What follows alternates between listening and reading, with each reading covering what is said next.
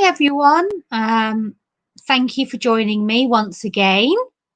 You'll be pleased to know you won't have to see this until the early hours of tomorrow morning again after this hour. My next guest is the lovely Amanda. It's good and it's for me to actually get to speak to her in person, even if it is virtually, because we only normally speak via email. So it's great to actually have her here with us this evening. And I will bring her on and then she can explain to you who she is and what she's about, and you can fire your questions to her. Hello. Hello, I got a high voice on it. Woo! I think it's because we were having fun. It was a positive energy before we got started. That's what it was. Thanks. I was going to say, I call it my telephone voice where I'm like, oh, hello. But when I'm really talking, it's much lower. How are you and how are things over there? Good.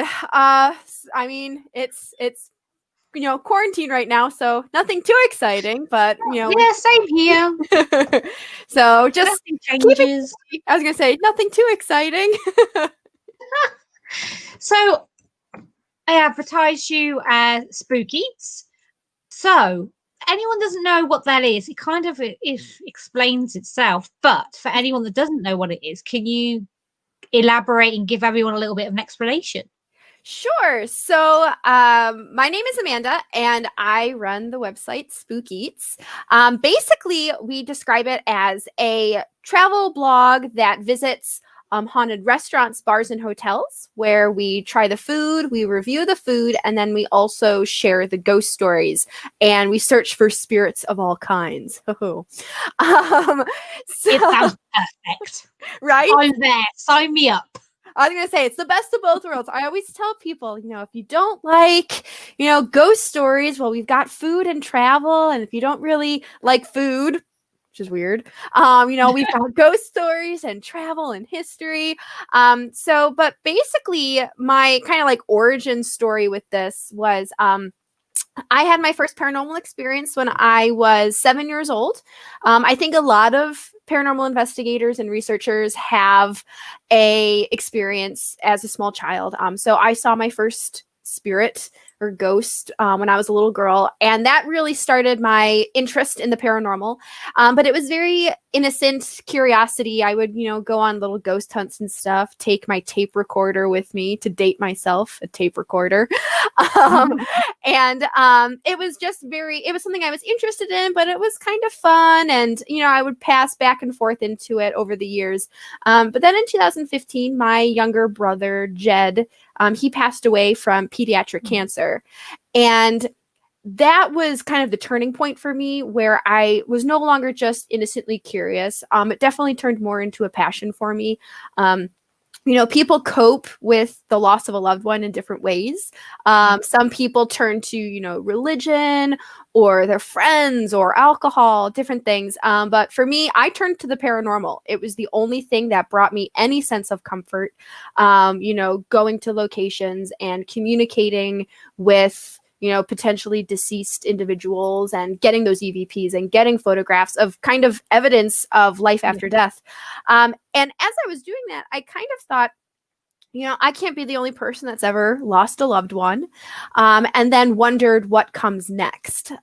So I wanted to create a website where people could find haunted locations that were readily accessible to the general public. So many times the places that we see on TV, these places are almost impossible to access. You have to be part of a really established group, or you have to have a lot of money in order to access them. So I wanted to find locations that were already open to the public. They want you to come and visit them. And for the price of an appetizer or a pint of beer, you could potentially have just as incredible of a paranormal experience that you would have in, a haunted jail or a haunted hospital or anything like that.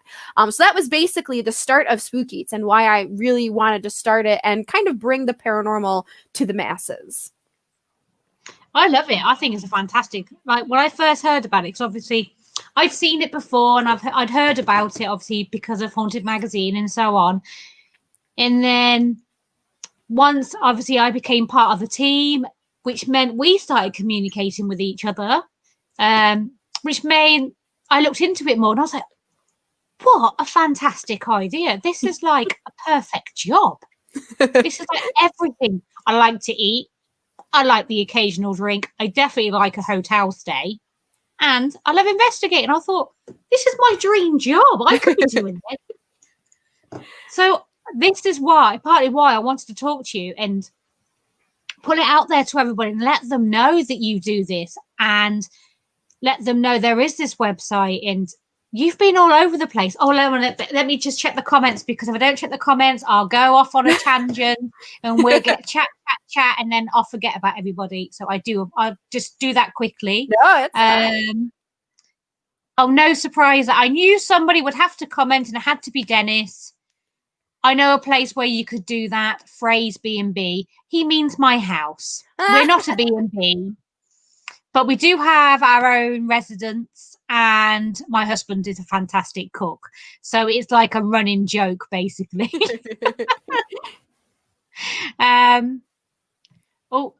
Matt says we did quite a lot of filming in a Mexican restaurant. Oh, that's interesting. That's over here in the UK, I'm guessing. Don't know for definite. So mention my husband, he shall appear. Have you ever had anything scary happen during your meal? Oh,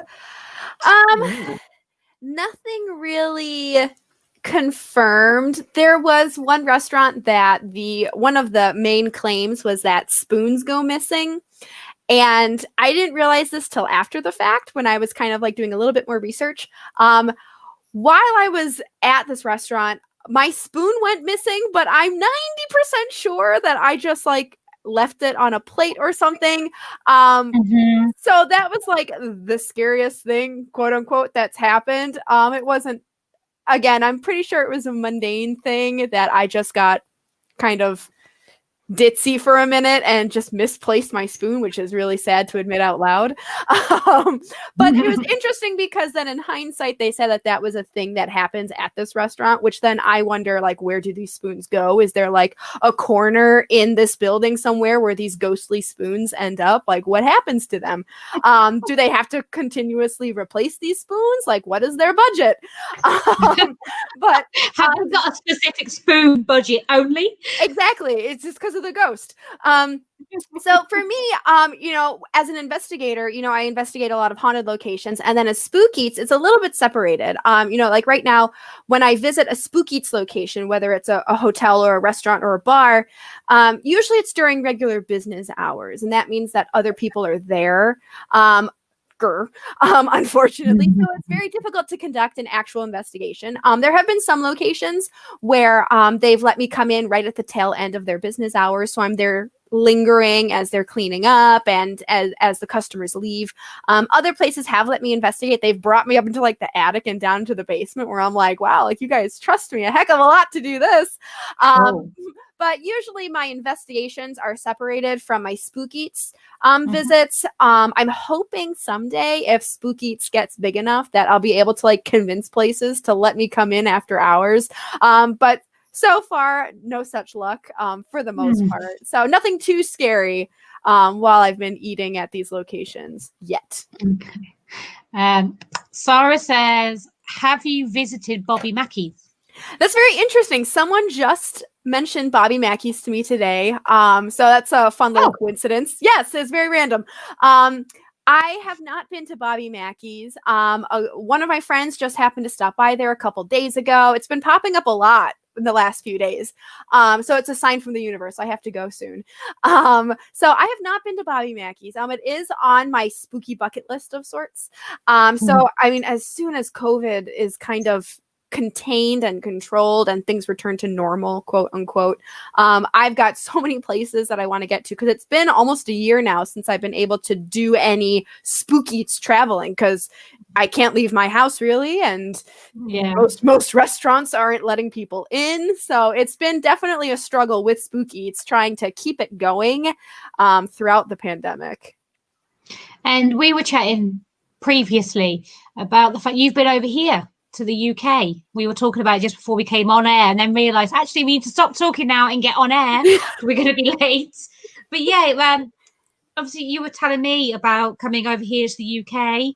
Can you tell people about where you've been over here? So I first visited when I was 12 years old. I was only in London and Oxford. So it was a week-long trip that I was there for. Then while I was studying abroad in Europe when I was in college, I actually stopped in London for literally a day in order to see a show in the West End. Worth it. And to get I was going to say, was it worth it? It was worth it. It was Love Never Dies, which was like the weird sequel to Phantom of the Opera, but the cast was great. It was good. It was worth it. And also the vanilla ice cream. I'm obsessed with vanilla ice cream from the UK. Like, you guys, I don't know what it is. I told my husband, I was like, we have to try the vanilla ice cream. And everyone thinks I'm crazy, but they try it and they know that I'm right. But my last trip, I brought my husband for the first time, and my parents were with us. And we were there for 3 weeks. We did England and Scotland, and then like a 45-minute trip into Wales. So it kind of counts. But we did London, we did Liverpool, up into Stirling, Scotland, Inverness. Where did you go in Liverpool? Because we've got our Gary, as we call him, on here, and that's where he is, Ellesmere. I wish that we had done better research for Liverpool. My dad is a huge Beatles fan, so therefore I was raised as a big Beatles fan. So we did everything Beatles that day. We did, of course. What I was gonna say, you have to if you visit Liverpool and you don't. You did it wrong. But we did like the touristy magical mystery tour bus thing that took you to all the hot spots. And then we did the Tavern Club. So unfortunately I didn't get to any like haunted places in Liverpool, which kills me because like I did research ahead of time and I was like, we should go here, but it was my dad's pick, so I wasn't gonna tell him where to eat or where to get drinks. Like, I'm not the professional of Liverpool. You can do your thing. But we loved, like, you go to London, everyone's like, oh, I really like London. Then we went to Liverpool. Oh, I loved Liverpool. And then we got to Stirling. Oh, I love Stirling. It was like every place we went was just, it was great. After Inverness, we did Edinburgh. Then we did York, Nottingham, where I got to meet Paul from Haunted Magazine, and then back down to London. So it was a big driving tour. We drove on the opposite side of the car and the opposite side of the road. It was terrifying. So what you're saying is, Amanda, your highlight of the whole UK trip, just to get me brownie points, was meeting Paul. Absolutely. It's going to get me a cover of Haunted Magazine. I'm literally going to write this down. 13 minutes and 10 seconds in. I did not prompt her to say it, but she said it, Paul. I didn't say a word. I didn't prompt her in any way, I promise. I'll take the 20 now. Thank you. No. Okay. Another question for you. Where are you based? So I am in New York, over in the United States, specifically Buffalo, New York, which is right by Niagara Falls. I'm closer to Canada than I am New York City, which always confuses people. But I'm in New York. Okay. Eddie said, my husband's here again. He's put dinner date, #keep on tour. Oh, right. That means that's what he's telling me, that we've got to go and have dinner dates now. Only spooky ones. Tim says, what's your favorite food? Oh gosh, like Spook Eats food that I've had or regular food? I think Spook Eats food. Okay, because regular food is really boring. It's mashed potatoes. So my favorite meal that I've had with Spook Eats is something called the Death Seat Burger. And this is what you were talking about when I just so happened to log into that interview the other week. Yes. And I was like, a what? It's like a definitive, like, oh, it's so American. It's terrible, but it's great.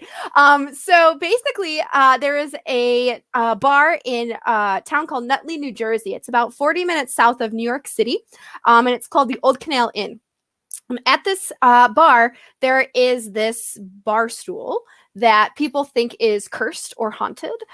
Basically, according to legend, 4 people have died while sitting in this bar stool. So the legend says, yes, if you sit in this bar stool, you will die of a heart attack while sitting in it. So now they have it roped off because 4 people have died in it. And you can't sit in it. They actually have like a plastic skeleton sitting in it now, which I love. It's so funny.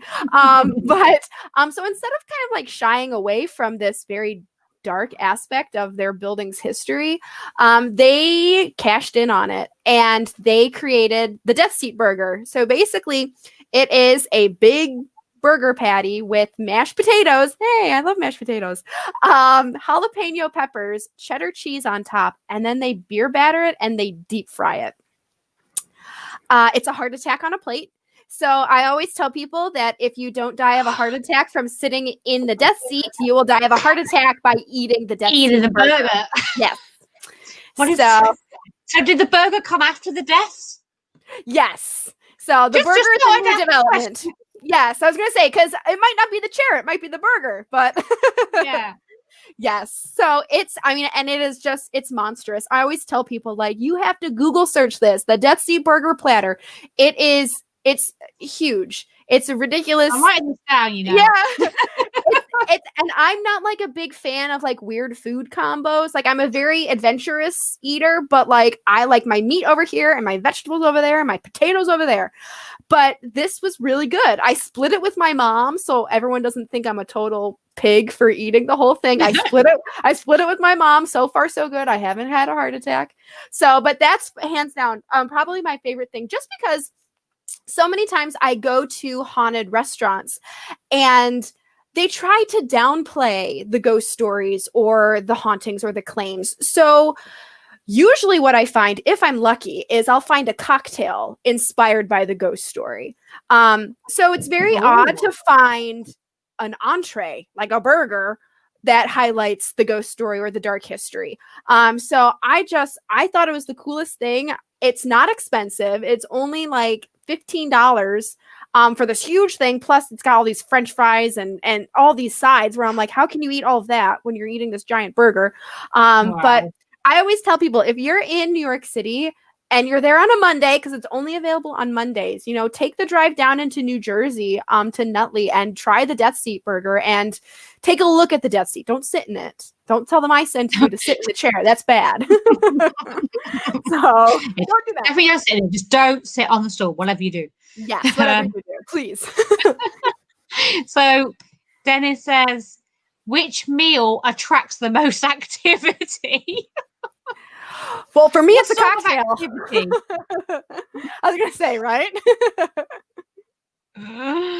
Yeah, we'll skip that one, Dennis. And is it the Cornish clotted ice cream? It's probably the ice cream you're talking about, vanilla ice cream. Possibly. I don't know what it is, but it's magical.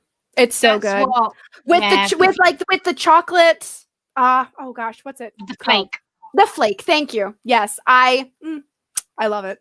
I had it when I was 12 and I talked about it to people for 20 years and people thought I was crazy, but I tried it again. I was like, no. It's just as good as I thought. Raven says, I cooked out on the grill last summer. One day I was going, words out. One day I was going to cook out and my grill lighter disappeared. I knew where I'd put it and it wasn't there. The next morning I got up and the grill lighter was on my kitchen counter near the toaster I had put on a chair near the door before it disappeared.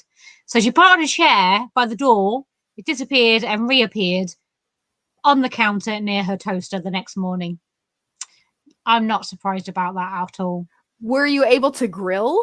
Like, did you have to give up your dinner that night?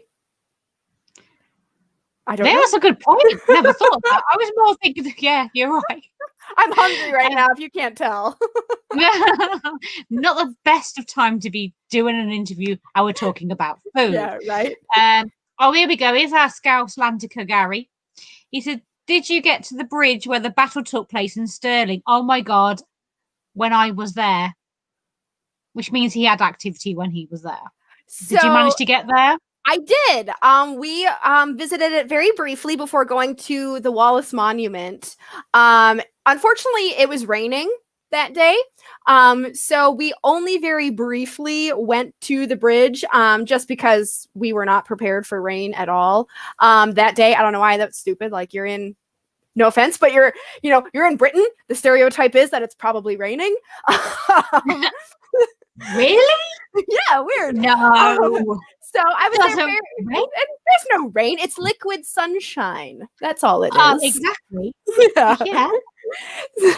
So I did manage to make it to the bridge, but I didn't experience anything, and we were there for probably maybe 10 minutes, if that, just to be able to say that we, walked along Stirling Bridge. Oh. Eddie wants the burger. Frey, you're not having the burger. Just putting that out there. Yes, Tim, it does come with fries. It does. It does. You got up all talking about just food and random. Yeah. So some don't realise that people go for the ghost stories. So obviously the eateries and things, that you're actually going for that rather than than the food. Yeah. A lot of times I tell people, like, if you can, like, wherever you travel to, wherever you are, you have to eat wherever you are. Mm-hmm. So instead of going to a chain restaurant that has no personality, no history, nothing, why not go to a historic place or a haunted place that has so much personality? And again, you have to eat wherever you are. So why not eat in a haunted location? It just doesn't make sense to me where people choose to go to. Yeah, right? So you two loves food and spooks. Reva says, no, I used a lighter and lit a paper towel to get it started. Oh, bless her. Thank you. I like the conclusion to the story. Thank you.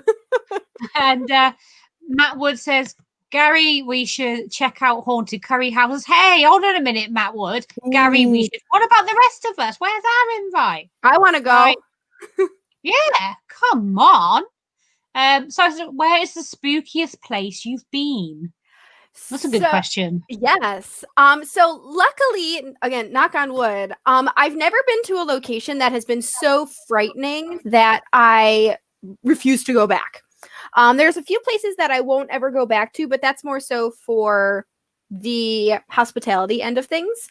But for me, the spookiest place that I've been to is a museum here in Buffalo, New York. It's called Iron Island Museum. And in the States, it's somewhat popular. It was on Ghost Hunters. It was on Portals to Hell recently. And basically, it's a very small little museum about the local town of Lovejoy. And it was a church, and then it was a funeral home. Now it's a museum. And I happened to be there by myself 2 years ago now. My gosh, 2020 stole a year of my life. But I used to own... I was going to say, just last October, but it wasn't last October. It was 2 Octobers ago. I used to own an escape room with my family before the pandemic came to town. And the Iron Island wanted to do a fundraiser to kind of help boost funding. So we decided, let's put an escape room in to the museum. So the last day before it opened, I was in there by myself, kind of working on things. And Linda, the owner, she had to go for probably like an hour or two. And I said, I have to finish. I can't go. We're not done yet. And so she said, well, are you okay being here by yourself? And I was like, yeah, it's fine. And she was like, Amanda, are you sure? And I just stopped and I was like, should I not be? Like, is it okay? So she ended up locking me in. And I had been there before on investigations, felt fairly comfortable. But while I was in there, I had my spookiest encounter. Basically, I was in what they call the chapel, which is a room that has a beautiful altar from a local church that burned down, but luckily the altar was preserved. And I was working with some props and stuff, and I looked up, and if anyone is familiar with Iron Island, across from the chapel room, there's the hallway, and then there's a mirror. I hate mirrors. They scare me. I don't know what it is about them, but I don't like them.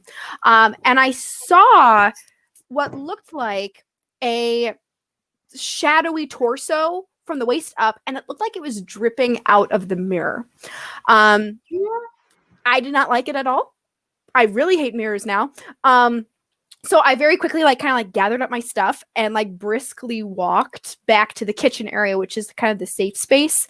I wish I had the sense about me to snap a picture or try to document it somehow, but I think because I was alone and locked in this building by myself completely, I was freaked out. I've been back since and I haven't experienced anything else like that. But for me, that was definitely hands down the spookiest thing I've ever encountered. Yeah, and I really hate mirrors now. So thanks for that. No. Nice. Gary says, when I've been out with teens investigating, like in an old hall, I'll head to the kitchen area. So speak hall, etc. Energy is usually a busy room. Is the kitchens, he says. Yeah, and at this place, it's the complete opposite. That's always considered kind of like the safe space where nothing really happens, kind of like your base camp of sorts where you can leave all your stuff and if it's too much in the main building, you can always come out here to kind of unwind and take a breather and kind of calm down before going back in. So that's what I did. Well, blimey. I forgot why I was going to go there. There we go.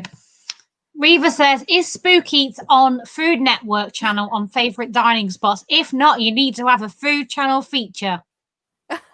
I would love to. I've actually I think it would be a great show.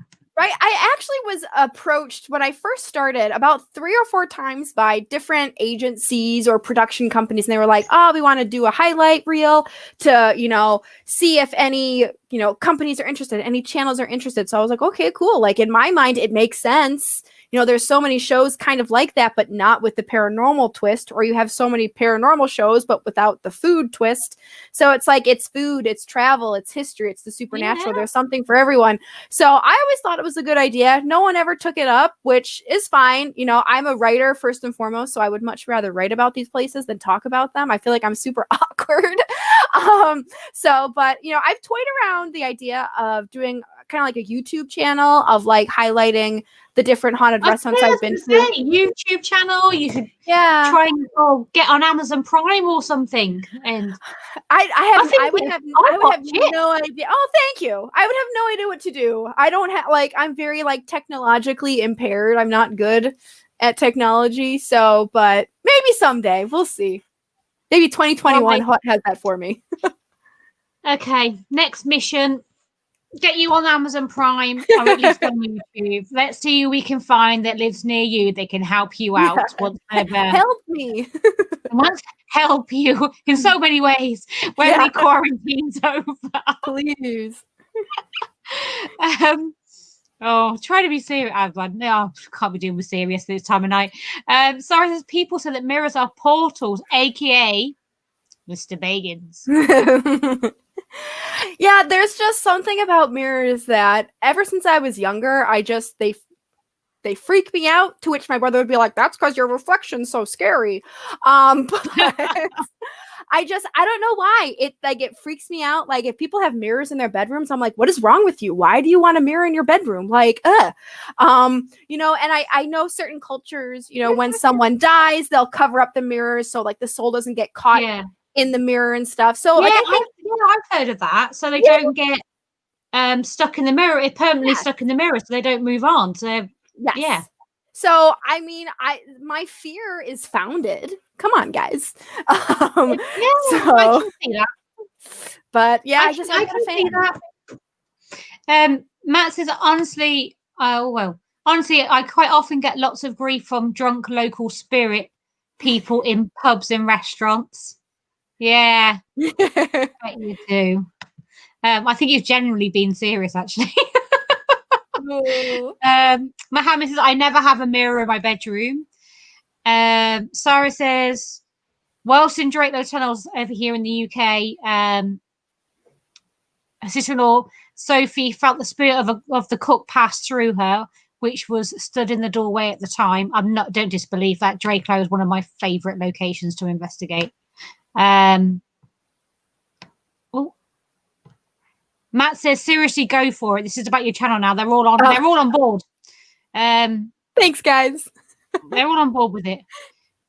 Matt says mirrors opposite each other tend to cause problems. Yeah. Ham said this is why it freaks me out. Oh, Tim, I went on the treadmill and waited, but no food came down. Gutted. Oh, Tim, what are you like? He is a comedian. So, right, moving on from that subject, because we've been talking for like half an hour already. Oh my and god. we haven't even got onto your books or anything. So, guys, what you don't know is Amanda did mention about being a writer, but there's a lot more to her than just being a writer. She is a published author. Yes. So I have 5 books out currently. I should have had them next to me. I'm so unprepared right now. Oh, I'm good. I know. I'm gonna say, I think I can reach them. Wait, awkward angle. Whee! My first book I published is a beast. It was much bigger than I intended it to be. It's called The Haunted Atlas of Western New York. It highlights the region that I currently reside in, the Buffalo area in Western New York. It was the very first book that I published. It's over 130 haunted locations. Wow.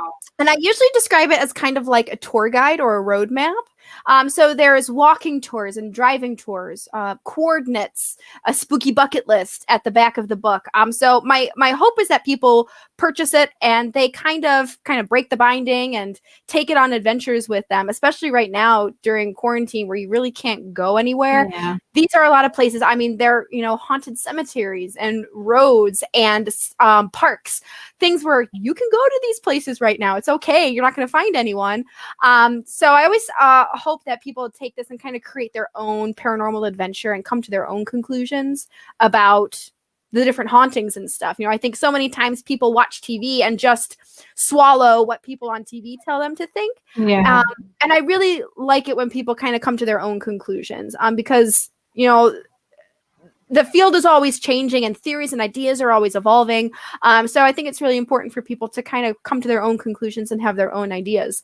So that was my first book that I released. Then I released a picture book for kids. I don't have it anywhere near me, so I can't show that off. But it's the Cryptid ABC book.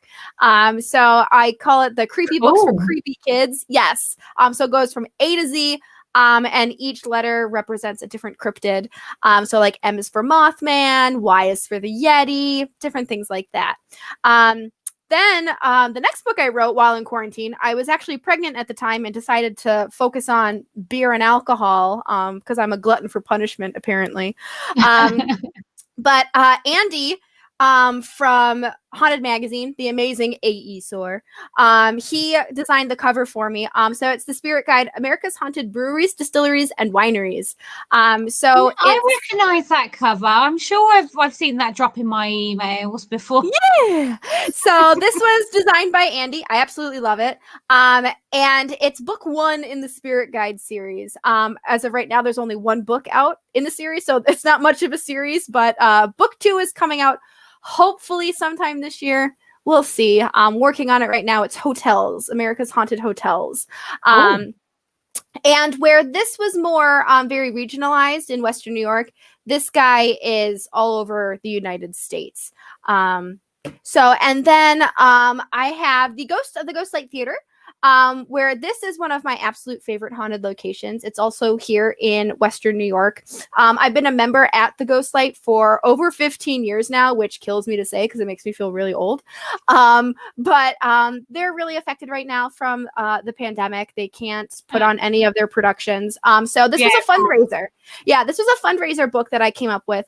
So basically it's 110 stories from cast and crew members and audience members of their paranormal experiences throughout the building over the last 20 years.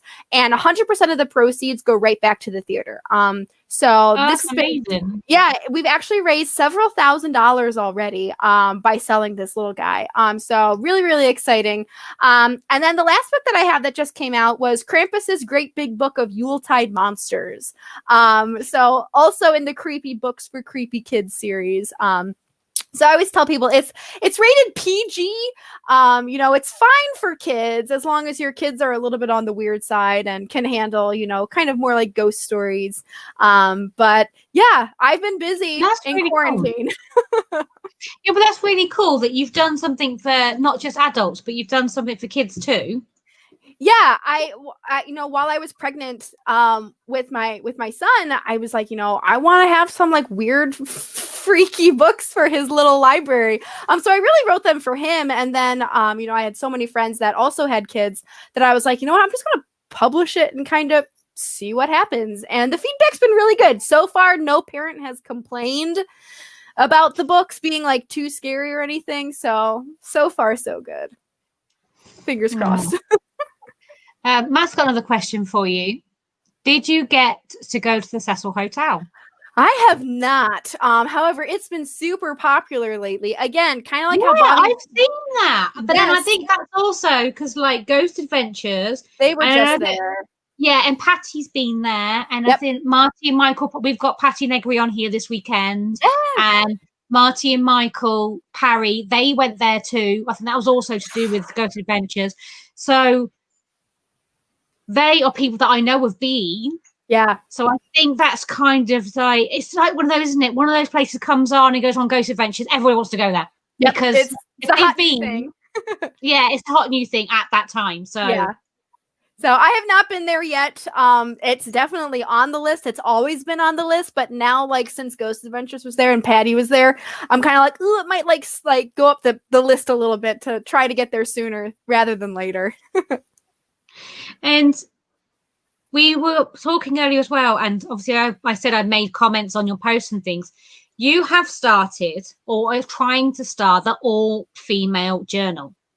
Yes. So I think this is great and really interesting, and I'd love you to explain this to everybody and how people can get involved in what it's all about, basically.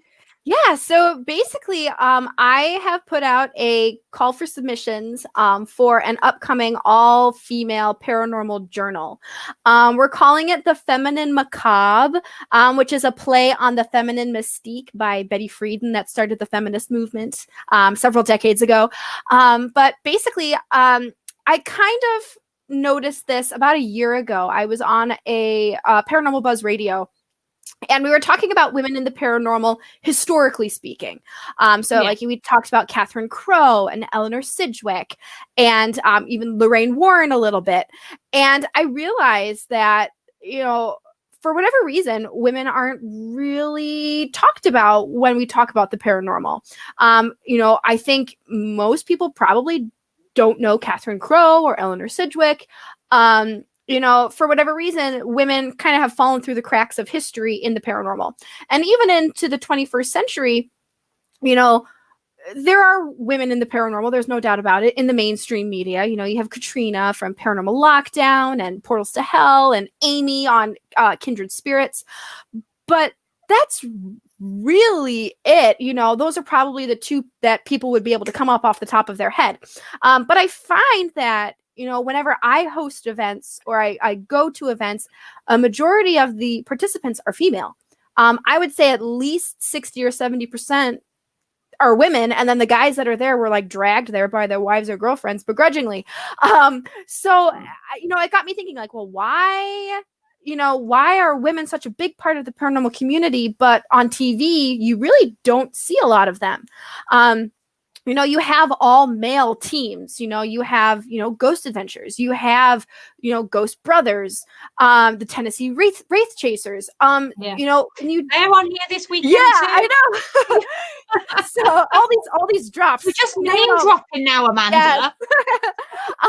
But you know, you have these all male groups, and for whatever reason, there are no all female groups on TV. Again, I'm not sure why. I have my theories about why.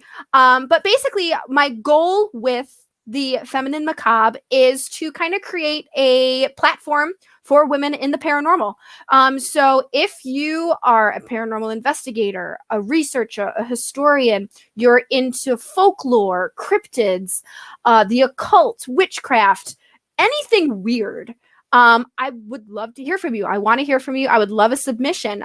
So as of right now, Submissions are open until February 15th for volume 1.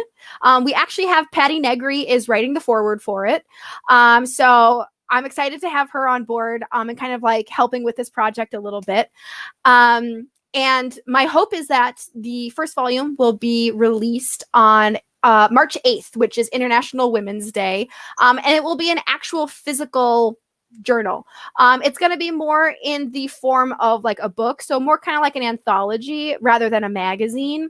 But it's going to be a physical copy that you can purchase and, you know, sniff if you're a weirdo like me and you like to smell your books. So I encourage you, you know, whether you are established, quote unquote, as an investigator or someone in the paranormal, or you're kind of more of a novice and just starting out, I want to hear from you. You don't have to be pre-published.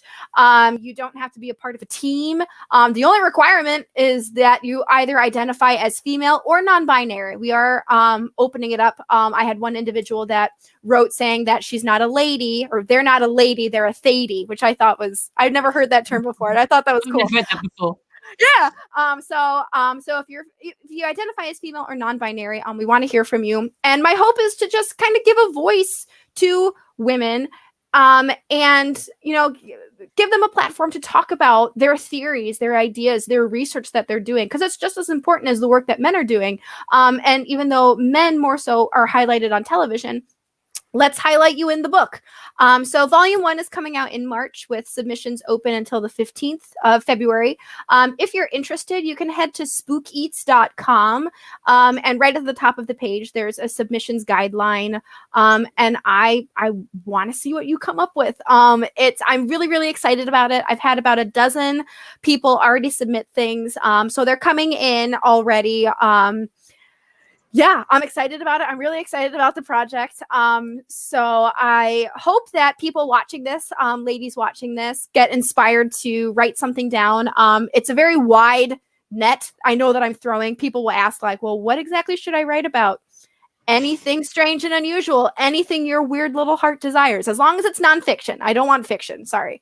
But yeah, so I'm really excited about that. So send me your submissions. Huzzah. And like you said, it is worldwide. It's not if you're just American based. It's Yes. If you're in the UK, you can be anywhere in the world. And if you want to submit something, then you can. It doesn't matter where you are.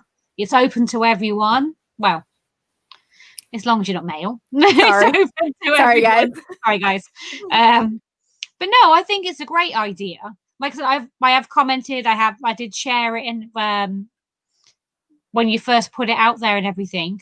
So I think it is good. And for someone as a published writer yourself already, to give that opportunity, maybe to somebody that has these ideas, has everything, but they've not been that brave to take that step, it could open something up for somebody to become a writer themselves, because they may have all the knowledge and everything else to go with it, just not the confidence to step forward and actually put anything out there. So I think it's a fantastic idea.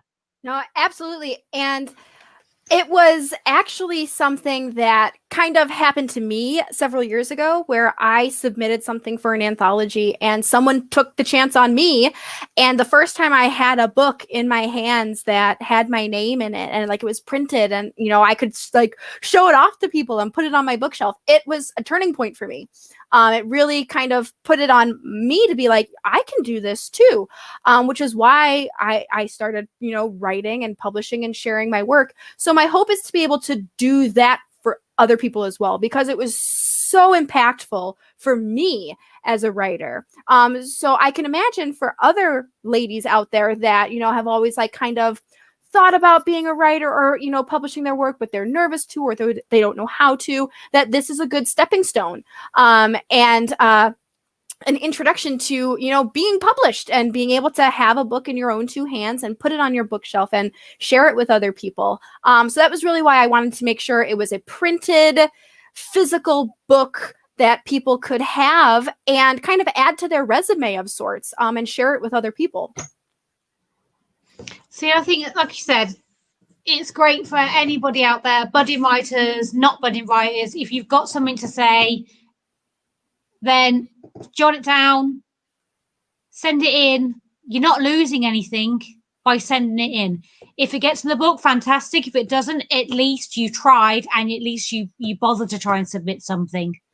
Yep. And, and I tell people, even if you don't get accepted into volume 1, I am hoping to make it a biannual publication. So one time in the spring and one time in the fall. So keep sending things in. I'm hoping to be able to continue it for at least a few times to let as many people as possible kind of be involved in this project and really have their voices be heard. That's the most important thing, isn't it? Like you said, you're giving a platform to people that may not have had one or ever get one. Yeah, it's not easy. It's my hope. And some people self-publish and all of that, but it's not easy to do that, is it? No, it's not. I always say there's a difference between being a writer and being an author. Both are very difficult. Writing is a very personal thing, but being an author, you have to kind of take it upon yourself, especially if you're self-published, to really promote it and sell yourself and sell your work and sell your product and be proud of it. Again, I really hope that by giving ladies this opportunity to get their work published in a physical book kind of plants those seeds of confidence in them to continue to pursue writing and potentially publish their own works on their own. The thing is, like you say, you're empowering other women by doing this. That's what you're doing, in my opinion. And it goes the other way too. The fact that women are sending me their stories, it's giving me insight into their minds and their hearts when they're investigating and researching. And it's an honor. It's such an honor to read these stories and really you see a piece of them. So the fact that they're entrusting that to me is just very humbling, and it's inspiring for me. So thank you. Ashley Storms just come on. She says, love your work. We've actually, yet again, we've got Ashley on this weekend as well. Hey! So we're either name dropping people. I know, we're either name dropping people, you're name dropping people that are coming on later this weekend, or they're popping up in the comments. We had Miranda Young pop up on the comments earlier on our first live that we did, and she's on Sunday. So it's great. And I just want to say thank you, like to people like yourself, Ashley, that are coming on, commenting, taking part in other people's lives that are actually going to be on themselves, but not until later on in the weekend. It's great that you're taking part now. It's much appreciated. So thank you for doing that. So what are you, why you're not really up to anything else, are you, at the moment? Because obviously you're quarantined and you can't really go out. So you got any other projects you've got coming up or you're planning? Apart from us getting you on Amazon Prime, obviously, Yes, of course.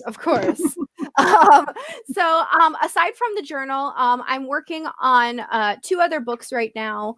One is book 2 in the Spirit Guide series, which I mentioned briefly about haunted hotels. And then I'm also working on a book that is slightly history, slightly ghost stories. But basically I'm taking the oldest bar in all 50 states and just highlighting it. Some of them are haunted, some of them are not.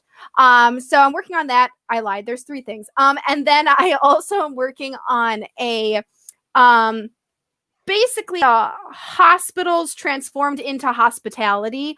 So old hospitals, old asylums, yes, that have been transformed into either restaurants or hotels. And that's worldwide. So I'm really excited about that. We've got places in the UK. I have a place in Singapore, which is weird, but I love it because you don't really usually hear about like Eastern ghost stories. It's always Western culture. So I'm excited for that. So those 3 things on top of the journal are like my 2021 projects. We'll see if I get them all done. If I don't, it's baby Spookiest' fault. That's amazing. I don't know what I think. No, I already know which one I'm looking forward to. Actually, all of them, but the last one definitely. I'm not sure. One of our moderators, I don't know which one it is. Yes, we have to have that show, Amanda, a spooky food show in haunted locations. Definitely. I think it'd be, could even have, oh, no, I'm getting ideas now. I'm not going to share them with the world. Hold on. I'm going to keep that one to myself. I know, I was thinking then. I do this all the time. I think out loud and I'm like, why am I giving people out my ideas? Yes. What am I doing? Gary says, is there anywhere to eat close to the top of the Empire State Building? Do you know of? As I'd like to go there on my bucket list to visit the Empire State. So I've never been up the Empire State Building. I've been in the bottom because I don't know if it costs money. I'm assuming it costs money. I'm too cheap to do it. So I've been in the lobby of the Empire State Building. I've never been up there. There are so many haunted locations in Manhattan. My favorite one, it's not necessarily close to the Empire State Building, but it's close to the Statue of Liberty, which should also be on your bucket list. But it's called Francis Tavern, and it is, I don't want to necessarily say it's the oldest building in Manhattan, but if not, it's pretty darn close.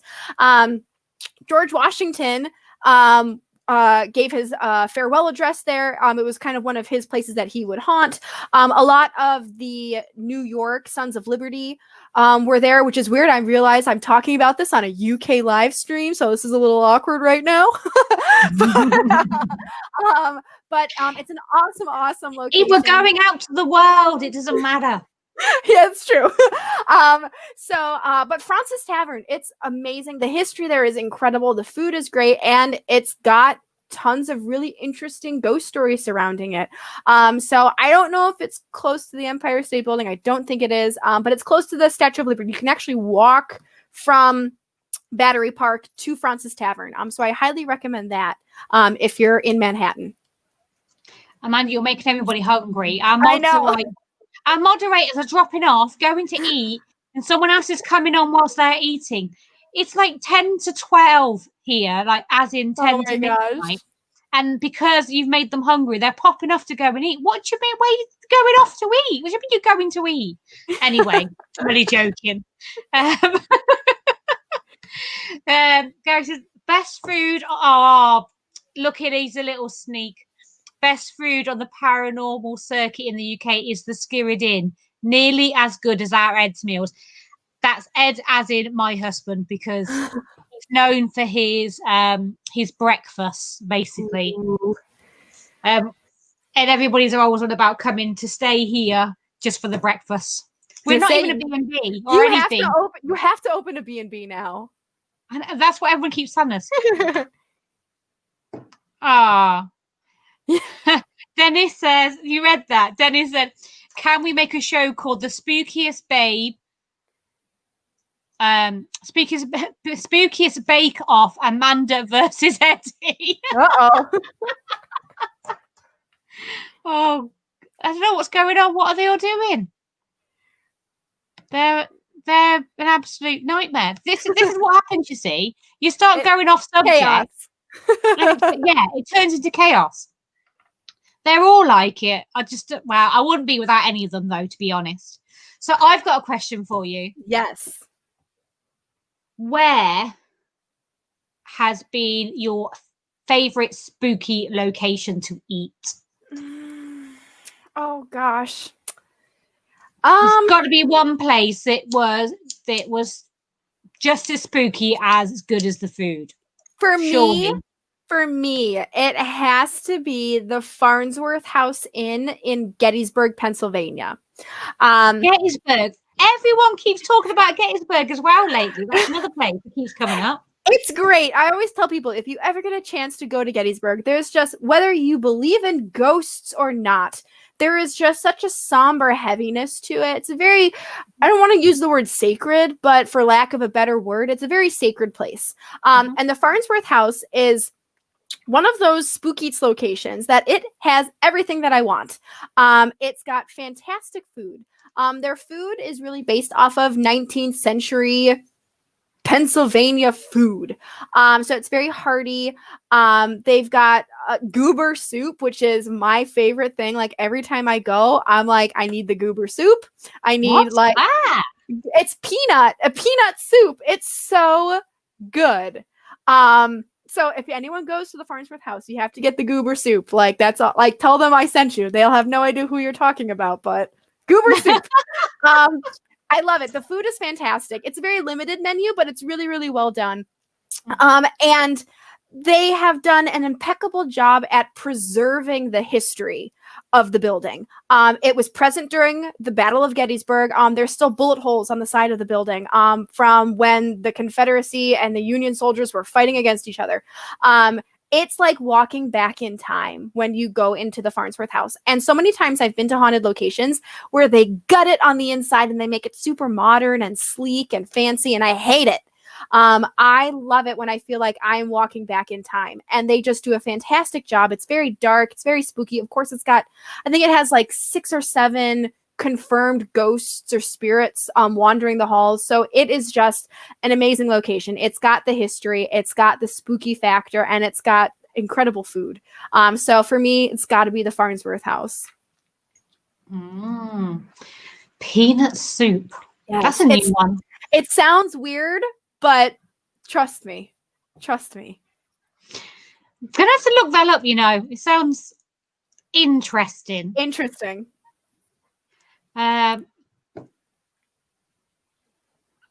What are people saying? It's all food right now. It literally is. Yeah. Matt says yes. The amazing lasagna at the Skirrid Inn. I think I had lasagna. Did I have lasagna? I think I might have had lasagna when I went to the Skirrid Inn, actually. See, I think that's one of the most important parts of going on an investigation is the meet up first and the food. Yes, I agree. Yeah, definitely. Meet up, it's meet up, have the meal, then go and investigate. Especially some of the places we've been to. We've been to some good eateries, shall we say. Everybody's hungry now because we talked about food so much. Matt Wood says, it wouldn't click then.